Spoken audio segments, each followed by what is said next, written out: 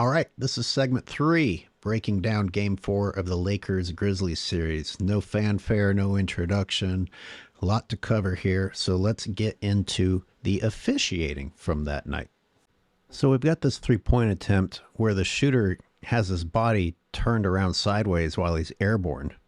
I don't think you're physically capable of doing that unless you're in the Matrix. Like, he's already airborne, and then he changes direction.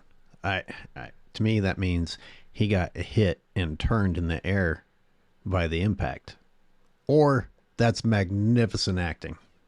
Unfortunately, I don't have other angles by which to try to prove or disprove this further. Isn't it interesting how often there's a really questionable call that goes in the Lakers' favor, and somehow they don't want to cut to the replay? And then you got one that's not even close. And somehow even with today's technology, a team of referees can't get this one right. I mean, so there's the foul that's uncalled. There's the fact that AD's like standing out of bounds as he throws it in. And the guy he's throwing it to is also out of bounds when the ball hits him. I think I mistakenly said the foul. No, there's a couple of uncalled fouls. When D'Angelo Russell's arm is so embedded in the other player that you can't see Russell's arm anymore, I'd say there's contact. That's a foul on somebody. They're arm wrestling. Now, when I freeze and zoom here, AD actually makes a pretty amazing play. That looks like he's getting ball first, which raises the question, when does the whole hand is part of the ball, or you got the ball first rule have its limitations? Are you allowed to do anything you want after that? Because it seems that way. It's kind of like you could break the dude's skull afterwards, but as long as you hit the ball on your way to the chop. I'm not saying AD is doing that here. This is a good play by AD. But whichever direction of that argument you side on, because the NBA is really inconsistent about it, you still have the foul by Russell, and clearly both players were out of bounds during the quote-unquote save. Here's another one I would have liked to have seen another angle on, but again, never got to see it. Come on. I don't think the body moves that way when you get shoved in the bag. That looks like you're preparing for a dive. That's the exact motion of a dive. A lot of times I'll look up players' stats to see what their height and weight is. And, you know, LeBron's almost always bigger. He's like the biggest person on the floor. But that's really beside the point, because these are all pro athletes. They're all strong.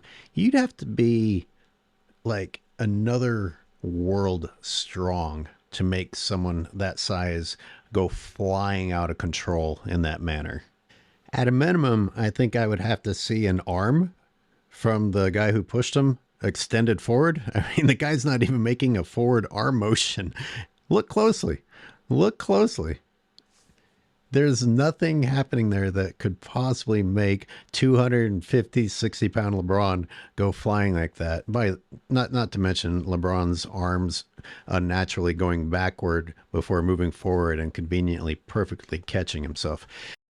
Go back and watch that sequence again on your own time. I'm going to act like Shaq here and pretend I'm the smartest person on the planet about every subject I talk about and give a physics lesson. I want you to really think hard about how it's possible for LeBron's huge mass to begin forward motion after we've already seen that there's no forward motion taking place from the object of force that is supposed to be moving him forward. Instead, we have LeBron James on the free throw line for more free throws he doesn't deserve. And look, you're not supposed to be rewarding players for this bad behavior. I don't think LeBron's the only one doing it. In fact, that night or last night had a lot of people acting. And even the announcers were like, yeah, this is getting out of control. Well, the referees were supposed to be reviewing for flops and cracking down on it and fining people. And I only see it getting worse. What's happening? Why is this getting worse? They review for flagrant ones, flagrant twos. Why can't we review for flopping and embarrass the player right on television? And there's no escape for giving the fine later on. You know, as long as flopping is left for behind the scenes punishment, how can we ever have faith that the punishment is happening? The players are proving that the punishment's not happening because they are continuing to incorporate selling a call and flopping into their game more and more as a strategy toward winning.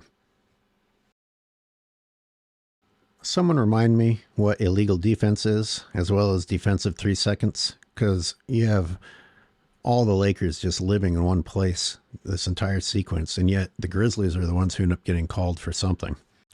Here we have LeBron James fouling the crap out of Desmond Bane. He doesn't get called and goes on to do the Mutombo, which is really disrespectful. LeBron does not deserve to do the Mutombo. Look, it might be minimal contact, but if anyone hit LeBron James in the back and landed on him, guarantee you that's called. LeBron even uses his left arm at the end to stay upright as he helps Bane continue to fall down. Here's one where the officials did an official review. They looked at this from every angle, including this one, an angle which prompted the announcers to say, oh, oops, he didn't touch it. And even after the opportunity to correct this, the officials gave the Lakers the ball. Here's one where the Lakers got a break and they ended up changing this from being a foul on Davis. And you can see LeBron James always putting up a fuss, deserving a T pretty much every play. And the officials decided to make that a jump ball. Here the announcer says, look at James push people out of the way. James with a head of steam. James pushing people out of the way. Missed the layup. Now come the Grizzlies. That was not a coached move when I was growing up. You did not incorporate shoving people out of the way as part of your offense. I know I'm old, but that's just changing this into another sport. But of course, it's not even that. That's the worst part. As usual, you always have a part 2 with LeBron, and that's him just falling to the ground, no attempt to catch himself, throwing his body recklessly toward the rim with the expectation that he will be bailed out. You know, it's not the behavior of a guy who spent half the season injured, if they were real injuries. No, I'm just going to fall to the ground and risk another injury in the effort of selling another play, another foul. And look at the tantrum. Look at the tantrum. He's literally kicking his feet like a baby does. This is the type of call that just rips your gut out if you're a defender. When you work that hard and make a great strip. Bane, watch his hands. You see his hands are in perfect position. Aim at the ball and pull the ball out of there. And, you know, LeBron just went barreling into a lane of the other team, just expecting things to work out in his favor. And guess what they did? LeBron can go barreling into 4 defenders that actually play great D and expect the refs to bail him out. Look at this one in slow motion and tell me that's not a tough call. Boy, that's a great come from the other side of the defender and try to swipe it away. In any case, it's a no call, if anything. Had a lot of content about blocks and charges on this channel lately. We'll have to compare this one to the ones we've analyzed in the past at some point. But LeBron is still moving. He's obviously moving left at the point of impact. Not only that, but Ja has left the ground, or at least he's taken the step that's launching him forward. The rule is that you cannot take away the space of an offensive player who's already begun his shooting motion. You have to give him a place to go and a place to land. Ja cannot avoid the contact at that point. Not only did LeBron take away Ja's landing area, but LeBron was still moving left at the point of contact. He had not even come to a standstill at that point. Judging by LeBron's whining on the floor, you would think that he hadn't gotten that call, but it went in his favor, and he's still whining. Here's LeBron using both hands to shove the defender away and make space. Not called. Here's another angle. And how does that rank in terms of extended arms? Followed by, well, let's just start this one with a freeze frame of the defender's arms up, LeBron James using his arms on the defender. Here, defender's arms still up. LeBron James has moved his elbow into the chest. And here we have LeBron's hand on the defender, but the defender is hitting LeBron in the shoulder. Both parties are guilty at this point. LeBron James has used the push to get space to shoot, and then he pads his stats, getting rebounds and missing. And here he pretends like he get hit in his face hard. Talked about this a little bit in the other video, so I'll go fast. This was a no call, thank God. But, you know, LeBron's got to act like the worst thing on the planet happens to him every night. Here, LeBron gets beaten and scored on in embarrassing fashion while committing fouls. This is ticky-tacky, but if this was LeBron James, those would be foul calls. You cannot put your hands on the offensive player. Let's take a closer look. There's 1, 2. That's a minimum of 2 fouls, and then one at the end there, probably 2. First of all, that's an embarrassing blow-by, followed by hand contact, which turns into elbow contact. All uncalled. Oh yeah, and if you look at it from this angle and freeze that one, he ends up fouling with both hands by the time the play is over. I talked earlier about flopping, selling calls, and it getting really bad. Schroeder really blatantly flopped and sold that one. Look at Hachimura acting like Schroeder's legit injured. And this was terrible. And even the announcers were like, you know, they've got to put an end to this acting. Oh, that's right.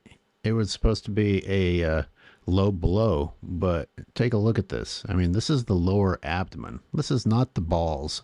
This is not the dick. Doesn't have to be a low blow to be a low blow.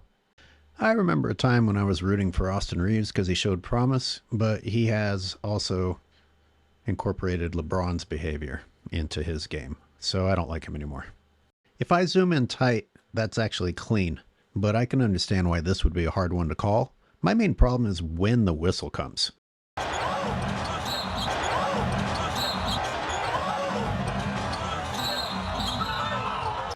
Memphis had the rebound by the time the whistle was blown. That's a reaction to Reeves complaining. The refs actually got the call right here with Davis shoving the defender out of the way. Problem is, the announcers just praised LeBron James earlier in the same game for shoving people out of the way. Watching your teammate get away with this all season, for years, I can see why AD is confused. But this still frame pretty much tells you that's a shove off. All right, this one is interesting because both teams have their arms in the air. Like, they're complaining. Does anyone even know what the call is? But more interesting to me is that they actually overturned this in the Lakers' favor. Now, right there, I think Russell is hitting him on the arm. It is immediately after that that he loses the ball. And that is not called. Okay, that's a tough one. I'll give you that. That's hard to see. And it's LeBron's acting that he didn't touch it when, in fact, that ball kind of changed in the air. But look, I'm not sure, but there's no way that the refs saw enough evidence to overturn their original call. I mean, it has to be a crazy amount of evidence to overturn a call, right? So that should have been, and was originally called Grizzlies ball, overturned to be the Lakers ball. This one was deemed to be out on the Grizzlies. Maybe, maybe not. You'll never know because for some reason, they don't show another angle of it. That sure happens a lot when LeBron's getting the call in his favor. Now, like, Ja kind of launches himself in a reckless manner, but that doesn't mean it's a charge. I don't like that he does it, but LeBron is not set. You can tell better from this other angle. Here we go. Come on. Where is it? Admittedly, this is a tough call. That's why I'm going to walk you through it very, very slowly. Look at this still frame. Ja is launched. He's airborne. Look at LeBron's left foot. It's in motion and continues to be in motion. Again, dangerous play. You have an airborne player with his landing area taken from him, But you also have a player who is making a career out of just launching himself and seeing what happens. Are you going to give the call to the young star, or are you going to keep giving the call to the old man that you've scripted into being better than he is? LeBron is pretty shifty. He's a little clever with his lower body fouls, using his hands and his hips against a shooter. Just watch this one again. All right, I'm going to still frame it right there. Does what's happening with the right arm look legal on LeBron James? And how about the left arm of Hachimura? LeBron continues forward. Now he's not only fouling with his right arm, but his entire body and his left upper arm is hitting jaw. Hachimura, even more elbow, I guess. Refs actually called the foul there, but the reaction from the Laker crowd and from LeBron James shows you that these people expect cheating to go uncalled. I don't know what the right answer is here. They only showed one angle because it was in the Lakers' favor. But, you know, turn the tables and see if LeBron goes up against that many people and doesn't get the call. You know, jaw hits the deck hard and the refs ignore it. Here, Austin Reeves gets a little crazy, looking like a little disregard for the other player there, but he uses his left arm to break his own fall while kind of tossing jaw. Watch this when it goes in slow motion. He stabilized himself while helping jaw to the floor. All right, here's where LeBron decides, I'm going to put the game in the ref's hands, and, you know, just charges the lane like a monster, and then makes us all suffer through his steroid-fueled, scary monster face. I wouldn't act that tough when you're getting bailed out. Is this the state of Laker fans? Oh my. Okay, there's shove off one, and then LeBron switches hands and uses the left arm to hit the other defender. Okay, and LeBron gets rewarded for doing that. So these last parts, I guess, belong more in the shooting segment of this, but it is interesting that LeBron has to drive and not shoot a jumper, not a mid-range, not a long ball.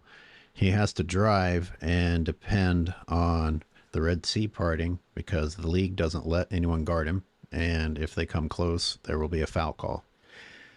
You know, I don't think you're very brave when you're guaranteed help. From the officials, I'm going to criticize Memphis for a minute here. You're a tough team. You know, you're supposed to be a bunch of tough guys. Get in the fucking way of LeBron James.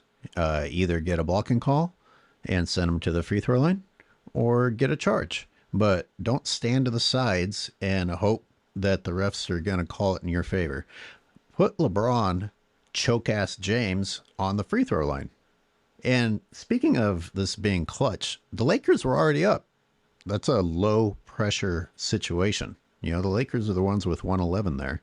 And then LeBron drives for a layup. Not the most clutch thing to do. But again, I'm going to get mad at Memphis for not just making him decide it at the free throw line entirely. Get in his way, send his ass to the floor. Oh, how dare I? How dare I? How dare I say that you do to LeBron James the very strategy that was publicly known to be used against Michael Jordan? This is exhausting. I can't look at that ugly mug this much. Is it really worth it for me to do the defense and shooting segments, or do we get the picture that his amazing game 4 was actually a garbage game 4?